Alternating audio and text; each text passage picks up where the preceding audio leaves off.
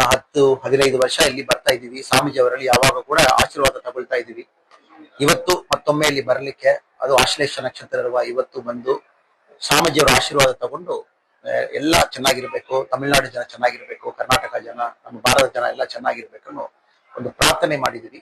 ಅದಕ್ಕೊಂದು ಒಳ್ಳೆ ಅವಕಾಶ ಸ್ವಾಮೀಜಿ ಅವ್ರ ಜೊತೆಗೆ ಇಲ್ಲಿ ಸ್ವಲ್ಪ ಭೇಟಿ ಮಾಡಿ ಸ್ವಾಮೀಜಿ ಅವರು ಆಲೋಚನೆ ಏನಿದೆ ಅದೆಲ್ಲ ಕೂಡ ತಿಳ್ಕೊಂಡು ವಾಪಸ್ ಹೋಗ್ಲಿಕ್ಕೆ ಒಂದು ಒಳ್ಳೆ ಅವಕಾಶ ಸಿಕ್ಕಿತು.